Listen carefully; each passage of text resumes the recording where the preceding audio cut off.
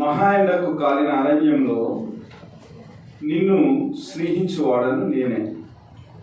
ఇశ్రాయేలు, నీ సహాయకర్తనకు నాకు నీవు విరోధివై నిన్ను నీవే నిర్మూలము చేసుకొనుచున్నావు. ప్రార్థన చేసుకుందాం. స్తోత్రము మహాగణుడ, పరిశుద్ధుడ, మహోన్నతుడ, మీ పాదాలకు లెక్కలేని స్తుతి స్తోత్ర. గడిచిన పునరుద్ధాన దినం నుంచి ఈ పునరుద్ధాన దినం వరకు ప్రభా, నీ ప్రేమలో మమ్మల్ని దాచి కాచి మళ్ళా నీ సన్నిధికి రావడానికి ఇచ్చిన కృపను బట్టి వందనాలు స్తోత్ర. చదవబడిన వాక్యాన్ని బట్టి మీ పాదాల చెందుకు వస్తున్నాను నాయన. అల్పులము, అయోగ్యులము, ఏమాత్రము నిన్ను చేరుకోలేని వారు అయినప్పటికీ నీ కుమారుడైన యేసుక్రీస్తు ద్వారా మా జీవితంలో మీరు ఇచ్చిన ఆధిక్యతను బట్టి మీకు వందనాలు స్తోత్రాలు చెల్లించుకుంటూ వాక్యంలోని సత్యాన్ని గ్రహించి ప్రభా, నీ సత్య వాక్కు ప్రకారము మేము జీవించి మా జీవితాలను క్రీస్తులో సంతోషంగా కట్టుకుంటానికి సహాయం చేసి నడిపించిన కృప చూపించిన మీరే ఘనత మహిమ పొందమని వాక్యమై ఉన్న ప్రభు యేసుక్రీస్తు నామమున అడిగి వేడుకుంటున్నాము పరమ తండ్రి. ఆమేన్. దేవుని బిడ్డలారా, ఈరోజు మన సందేశం ఏమిటంటే, ఎండకు కాలిన ఎడారిలో మనల్ని స్నేహించువాడు క్రీస్తే. క్రైస్తవులుగా అన్ని పరిస్థితుల్లో మనం దేవుని మీద ఆధారపడి జీవించాలి. దేవుని వైపే చూస్తూ క్రీస్తులో ఉన్న ఆ సంతోషాన్ని, సమాధానాన్ని మన జీవితంలో అనుభవించాలి. అయితే క్రైస్తవులుగా, దేవుని ఎరిగిన బిడ్డలుగా మన జీవితాల్లో ఎందుకు సంతోషము నిలకడగా ఉండటం లేదు? మన కుటుంబాలలో క్రీస్తు యొక్క ఆనందాన్ని మనము ఎందుకు అనుభవించలేకపోతున్నాం? మంచి సమయాలలో దేవుని స్తుతిస్తాం, కష్ట సమయాలలో దేవుని స్తుతిస్తాం. కానీ మన జీవితంలో ఒక్కొక్కసారి మహా ఎండ వచ్చేసింది అనుకోండి, అంటే మనం తట్టుకోలేని పరిస్థితులు, మన జీవితంలో మనం భరించలేని పరిస్థితులు వచ్చినప్పుడు ఏమవుతుందంటే, క్రీస్తుని ఆశ్రయించకుండా ఈ లోకపరమైన విషయాలలో మనము కొట్టుకుని పోతా ఉంటాం. యేసుక్రీస్తుని అంగీకరించిన తర్వాత కష్టమైన, నష్టమైన, మంచి సమయమైన, చెడ్డ సమయమైన ప్రతి సమయంలో మనం ఏం చేయాలంటే క్రీస్తుని అనుసరించి నడిచేవారిగా ఉండాలి. దేవుని యొక్క గుణగణాలను గురించి మనం ఆలోచన చేసినప్పుడు ఆయన ప్రేమ శాశ్వతమైన ప్రేమ, ఆయన ఎప్పటికైనా నమ్మదగిన దేవుడిగా, అనగా ఆయన విశ్వాస్యత మన జీవితానికి సరిపోయినదిగా ఉంది. ఎలాంటి పరిస్థితుల్లో అయినా క్రీస్తుని మనము అనుసరించగలిగితే మన యొక్క స్థితి చాలా అద్భుతంగా ఉంటుంది. చాలా విచారకరమైన పరిస్థితి ఏమిటంటే, మనం ఆత్మీయంగా బలపడిన సమయాల్లో కూడా ఏదైనా ఈ లోకపరమైన బలహీనత మన జీవితంలోనికి లేదా మన కుటుంబంలోనికి వచ్చింది అనుకోండి, మనం ఏం చేస్తామంటే దేవునిలో ఉన్న సంపన్నమైన స్థితిని, ఇప్పటి వరకు మనం సంపాదించుకున్న ఆత్మీయపరమైన స్థితిని వదిలిపెట్టి లోకాన్ని వెంబడించి క్రీస్తు ప్రేమ నుండి పతనమైన స్థితిలోనికి మనము వెళ్ళిపోతూ ఉంటాం. అయితే దేవుడు ప్రేమమయుడు కాబట్టి మళ్ళా పదే పదే తన చేతులు చాచి మనలను తన ప్రేమలో కట్టేదానికి ఆయన యొక్క వాత్సల్యం మనలను వెంటాడుతుంది. ఈ ఓషియా గ్రంథం గురించి మనం ఆలోచన చేసినప్పుడు ఓషియా అనగా రక్షకుడు, ఓషియా అనగా రక్షకుడు, యెహోషువ అనగా రక్షకుడు, యేసుక్రీస్తు అనగా రక్షకుడు. ఇవన్నిటికీ ఒకే అర్థం. యెహోషువకి ముందు పేరు ఓషియా. మోషే యెహోషువ యొక్క పేరును మళ్ళా ఓషియా నుంచి యెహోషువకు మార్చారు. అలాగే యేసుక్రీస్తు, అలాగే యెహోవా అన్న పేరు కూడా అర్థము రక్షకుడని. యెహోవా, యెహోషువ, ఓషియా, యేసుక్రీస్తు, ఈ నాలుగింటికి అర్థం ఏమిటంటే రక్షకుడని. ఈ ఓషియా గ్రంథం యొక్క సారాంశాన్ని మనం గ్రహించినట్లయితే దేవుని యొక్క ప్రేమ, దేవుని యొక్క వాత్సల్యము మన జీవితంలో ఎంత ఉందో తెలుస్తుంది. ఓషియా దేవుని యొక్క ప్రవక్త.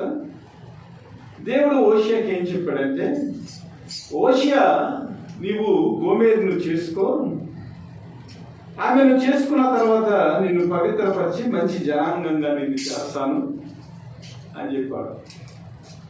ఈ గోమెరు యొక్క జీవితాన్ని గురించి మనం ఆలోచన చేసినట్లయితే గోమెరు వ్యభిచారిణి అనగా పాపపు స్థితిలో ఉన్న వ్యక్తి. అలాంటి వ్యక్తిని దేవుడు ఏం చేశాడంటే ఓషియాని పిలిచి నీవు ఆమెను పెళ్లి చేసుకోమని చెప్పాడు. దేవుని యొక్క వాక్ ప్రకారము ఓషియా ఏం చేశాడంటే గోమెరుని పెళ్లి చేసుకున్నాడు. ఈ గోమెరుని పెళ్లి చేసుకున్న తర్వాత ఇద్దరు బిడ్డలు పుట్టారు. ఇద్దరు బిడ్డలు పుట్టిన తర్వాత కూడా గోమెరు ఏం చేసిందంటే మరలా తన పాత స్థితిలోనికి ఏడవబడి తన భర్తను విడిచి తాను ఇష్టం వచ్చిన స్థితిలోనికి వెళ్ళిపోయాడు. అయినప్పటికీ కూడా దేవుడు ఏం చేశాడంటే మరలా ఓషియాలో ప్రేమను కలిగించి మరలా గోమెరును హత్తుకునేదానికి సహాయం చేశారు. ఈ వృత్తాంతాన్ని మనం ఎందుకు ఓషియా గ్రంథాన్ని మనం ధ్యానం చేయాలంటే ఒక పాపి జీవితము అనేక పరిస్థితుల్లో దేవుని చేత నడిపించబడినప్పటికీ క్రీస్తు రక్తంలో కడగబడి పవిత్రులుగా మనము క్రీస్తుకి వధువు సంఘముగా మనం ఉన్నప్పటికీ కూడా దేవునితో సహవాసం చేసి ఆత్మీయమైన స్థితిలో మనం చక్కగా మన ఆత్మీయ స్థితిని కట్టుకుని దేవునిలో ఉన్నతమైన సంపన్నమైన స్థితిలోకి వెళ్ళిన తర్వాత గోమెరు ఎలాగైతే పవిత్రుడైన తన భర్తని విడిచి మరలా వ్యభిచారంలోనికి పాత స్థితిలోనికి వెళ్ళిపోయిందో ఈ రోజున క్రీస్తును అంగీకరించిన విశ్వాసి కూడా గోమెరులాగే పతనమైన ఆత్మీయ స్థితిలోనికి వెళ్ళిపోతా ఉన్నాడు.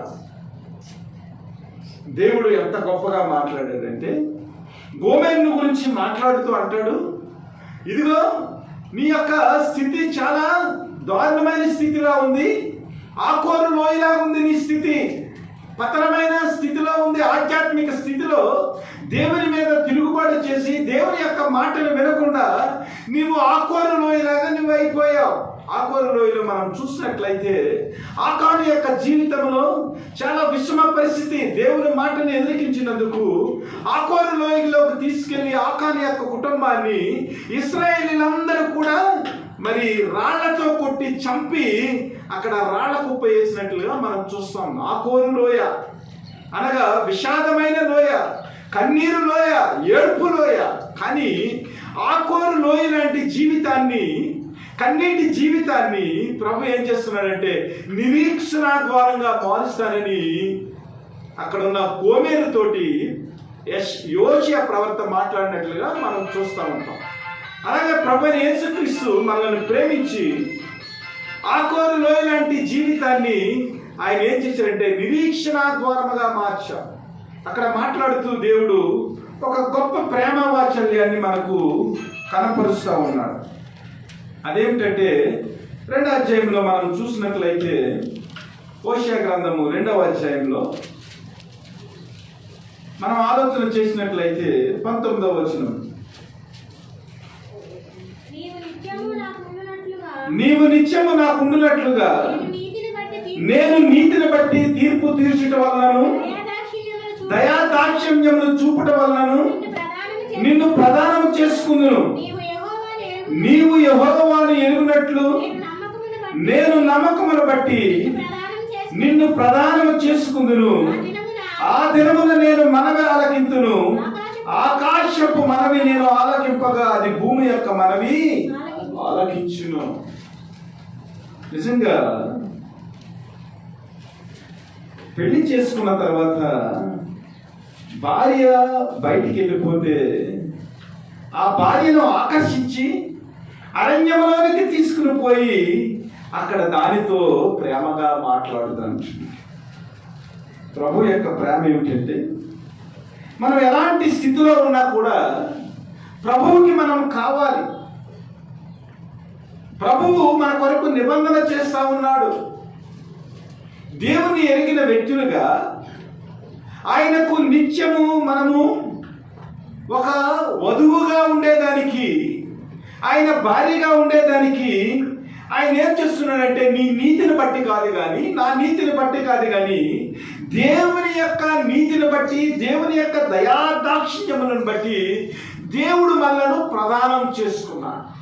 మన స్థితిని బట్టి కాదు కానీ, మన ఆధ్యాత్మిక ఉన్నతమైన సంపన్నమైన స్థితిని బట్టి కాదు కానీ, కేవలము దేవుని యొక్క నీతిని బట్టి, దేవుని యొక్క నిబంధనను బట్టి, దేవుని యొక్క దయాదాక్షిణ్యములను బట్టి పాపివైన నీ జీవితాన్ని, నా జీవితాన్ని ప్రభు అయిన యేసుక్రీస్తు వారు నిత్యము ఉండినట్లుగా ఆయన ఏం చేశారంటే తన రక్తాన్ని ఇచ్చి చివరి బొట్టు వరకు కాచి మనలను ప్రదానం చేసుకున్నాడు. ఇది దేవుని యొక్క ప్రేమ. ఎండకు కాలిన ఎడారిలో ప్రభు మనలను ఆకర్షించి తన ప్రేమను చూపించి విస్తారమైన స్థితిలో ఆయన యొక్క ఐశ్వర్యం చేత మనలను కడితే మన యొక్క జీవితాలు ఎలా ఉంటున్నాయి అనేది ఈ రోజున మనం అధ్యయనం చేయాలి. యూదా రాజ్యం గురించి దేవుడు మాట్లాడుతూ ఉన్నాడు. ఎఫ్రాయిము మాట్లాడినప్పుడు భయం కలిగెను. అతడు ఇశ్రాయేలు వారిలో తన్ను గొప్ప చేసుకున్ను. తర్వాత బయలుదేవతను బట్టి అపరాధి అయి అతడు నాశనం అయ్యాడు. ఎఫ్రాయిము యాకోబు యొక్క కుమారులు 12 మంది. ఈ 12 మందిలో ఒక కుమారుడు యోసేపు. యోసేపుకు పుట్టిన కుమారుడు ఎఫ్రాయిము. ఈ ఎఫ్రాయిము గోత్రము నుంచి యెహోషువ పుట్టాడు. మనం ఇక్కడ అర్థం చేసుకోవాల్సిన విషయం ఏమిటంటే ఎఫ్రాయిమును ఉద్దేశించి దేవుడు ఎందుకు మాట్లాడాడు? ఎఫ్రాయిము యొక్క స్థితి దేవునిలో చాలా ఉన్నతమైన స్థితి. ఈ ఎఫ్రాయిము గోత్రము నుంచి యెహోషువ వచ్చాడు. ఈ యెహోషువను కానానుకు పంపించినప్పుడు 12 గోత్రాల వ్యక్తులను ప్రభువు నిర్ణయించి కానానుకు పంపించినప్పుడు అందులో ఎఫ్రాయిము గోత్రానికి చెందిన యెహోషువ, అలాగే దేవుని యొక్క ప్రేమను బట్టి యెఫున్నె కుమారుడైన కాలేబు, వీరిద్దరూ దేవుని యొక్క స్థితిని అర్థం చేసుకుంటంలో, దేవునితో కలిసి నడవటంలో, దేవుని యందు విశ్వాసం ఉంచటంలో చాలా మహోన్నతమైన స్థితిలో వారు దేవునిలో కట్టబడ్డారు.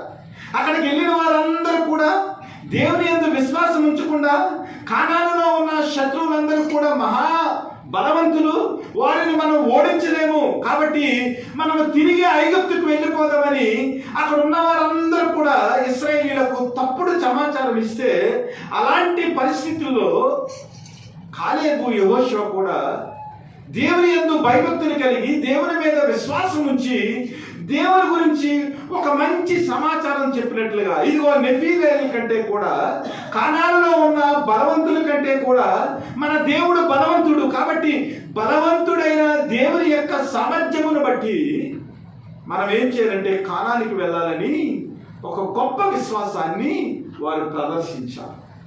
అందువల్ల దేవుడు ఏం చేస్తున్నాడంటే ఎఫ్రాయిము గోత్రం నుంచి వచ్చిన యెహోషువను ఉద్దేశించి ఇక్కడ ఉన్న ఇశ్రాయేలుతో మాట్లాడుతున్నాడు. అలాంటి సమయంలో యెహోషువ మాట్లాడినప్పుడట భయం కలిగిందట. అంటే ఏమిటి యెహోషువకి ఇంత విశ్వాసం ఏమిటి? దేవుని మీద ఉన్న ఇంత భయం ఏమిటని దేవుడే ఆశ్చర్యపోయాడట. అలాంటి విశ్వాసము కలిగిన ఎఫ్రాయిము గోత్రానికి సంబంధించిన వ్యక్తులు ఈ రోజున ఏం చేశారంటే బయలు దేవతను బట్టి అపరాధి అయి అతడు నాశనం అవుతాడు. ఆలోచన చేయాలి. హోషేయ గ్రంథంలో హోషేయ యొక్క భార్య గోమెరు ఎలాగైతే తన ఆధ్యాత్మిక స్థితిలో పతనమైపోయిందో, అలాగే యెహోషువ గోత్రానికి చెందిన ఎఫ్రాయిం వారు క్రీస్తులో ఎలాగైతే పతనం చెందారో, ఈ రోజున విశ్వాసులు కూడా దేవుని యొక్క సంపన్నమైన స్థితిలో ఆధ్యాత్మిక స్థితిలో ఉన్నామని అనుకుంటున్నారు, కానీ వారు దేవుని ఆశ్రయించలేక విశ్వాసములో వారు నడవలేక ఈ లోకపరమైన దేవతలను అనుసరించి వారు ఏం చేస్తున్నారంటే వారి జీవితాలను నాశనం వైపుకి నడిపించుకుంటున్నారు. అనగా మనము డైరెక్ట్గా ఈ లోకపరమైన దేవతలను మనము పూజించవలసిన అవసరం లేదు, కానీ మన జీవితాల్లో ఉన్న విషయాలు ఏవైతే ఉన్నావో దేవునికి ప్రాధాన్యత ఇవ్వలేని స్థితి ఏదైతే ఉందో ఆ స్థితిలో మనం ఏం చేస్తున్నామంటే దేవునికి మొదటి స్థానం ఇవ్వకుండా మన పరిస్థితుల్లో మనము తలమునకలైపోయి క్రీస్తును పక్కన పెట్టి మన పనులకు, మన వ్యవహారాలకు, మన కుటుంబాలకు, మన ఉద్యోగాలకు, రకరకాల పరిస్థితులకు మనము లోనయ్యి వాటినే దేవతల కింద మనము ఊహించుకుని వాటికి మొదటి ప్రాధాన్యాన్ని మనం ఇస్తా ఉన్నాం. అందువల్ల ఏమవుతుందంటే క్రైస్తవ జీవితంలో క్రీస్తుకి ఇవ్వవలసిన సమయాన్ని ఇవ్వకుండా, క్రీస్తును మనం పూజించకుండా, క్రీస్తును ఆరాధించకుండా ఈ లోక పరిస్థితులు మన జీవితాల్లో దేవతలుగా ఉండటం వల్ల మనం ఏమవుతుందంటే మన జీవితం అంతా కూడా నాశనం వైపుకు నడిపించబడుతుంది. గోమెరు ఎలాగైతే పవిత్రుడైన తన భర్త హోషేయను వదిలి వెళ్ళిపోయిందో, అలాగే ఇశ్రాయేలీయులు ఎలాగైతే తమ తండ్రి అయిన దేవుణ్ణి వదిలిపెట్టి ఎలాగైతే భ్రష్టత్వంలోకి వెళ్ళిపోయారో, ఈ రోజులు కూడా ఈ లోక పరిస్థితుల్లో విశ్వాసులందరూ కూడా దేవునికి మొదటి స్థానాన్ని ఇవ్వకుండా ఈ లోకంలో ఉన్న పరిస్థితులను దేవతలుగా చేసుకుని వాటికే వారు సమయాన్ని ఇచ్చేవారిగా కనబడుతున్నారు. అయితే వారి జీవితంలో తుది ఏమవుతుందంటే నాశనానికి నడిపిస్తుంది. ఎఫ్రాయిం చేసిన పాపముల గురించి దేవుడు మాట్లాడుతూ ఉన్నాడు.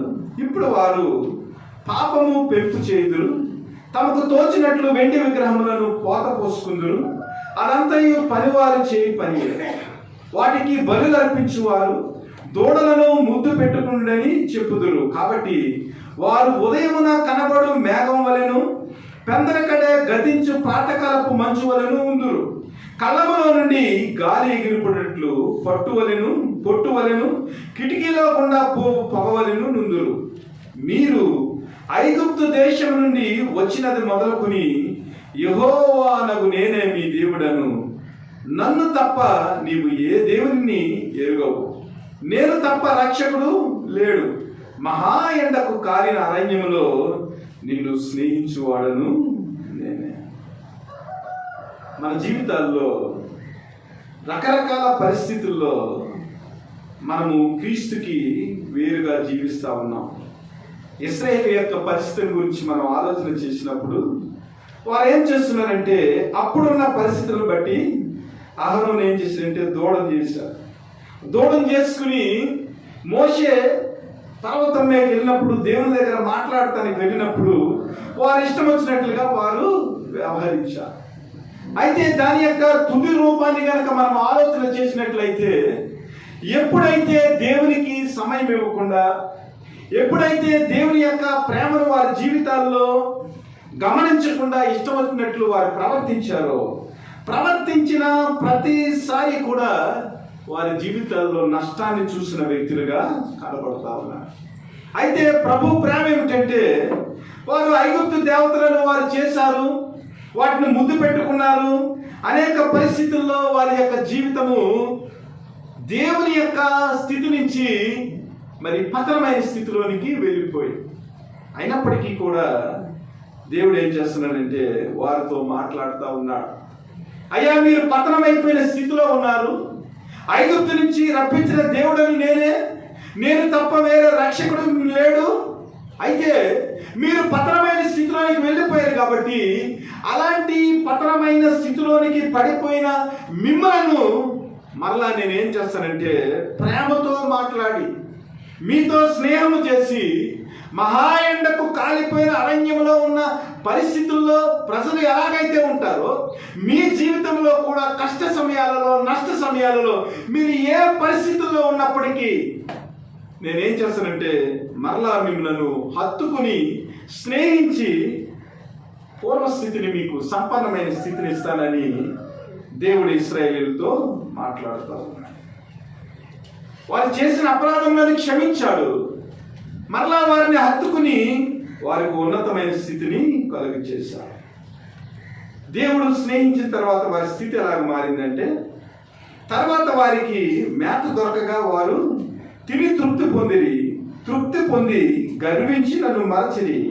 కాబట్టి నేను వారికి సింహము వంటి వాడినైతే చిరుతపులి మార్గమున పొంచినట్లు నేను వారిని పట్టుకున పొంచిదు. పిల్లలు పోయిన ఎలుగు వంటి ఒకరి మీద పడినట్లు నేను వారి మీద పడి వారి రొమ్మును చీల్చివేయుదును. ఆడుసింహము ఒకరిని మృంగివేయినట్లు వారిని మృంగివేతును. దుష్టముఖములు వారిని చీల్చివేయును. ఇశ్రాయేలు, నీ సహాయకర్తలకు నాకు నీవు విరోధివై నిన్ను నీవే నిర్మూలము చేసుకొనుచున్నావు. ఆలోచన చేయాలి. వారు దేవుల్లో కట్టబడ్డారు, మరలా వైదొలిగిన తర్వాత దేవుడు మరలా పిలిచాడు. మరలా పిలిచిన తర్వాత దేవుడు ఏం చేశాడంటే ఉన్నతమైన స్థితిని ఇచ్చారు. వారి జీవితాల్లో కష్టం వచ్చింది, వారి జీవితాల్లో పరిస్థితి చాలా బాగోలేదు. అయినప్పటికీ దేవుడు ఏం చేశాడంటే మరలా తృప్తికరమైన జీవితాన్ని దేవుడు వారికి ఇచ్చారు. ఇచ్చిన తర్వాత మరలా వారు ఏం చేశారంటే తిని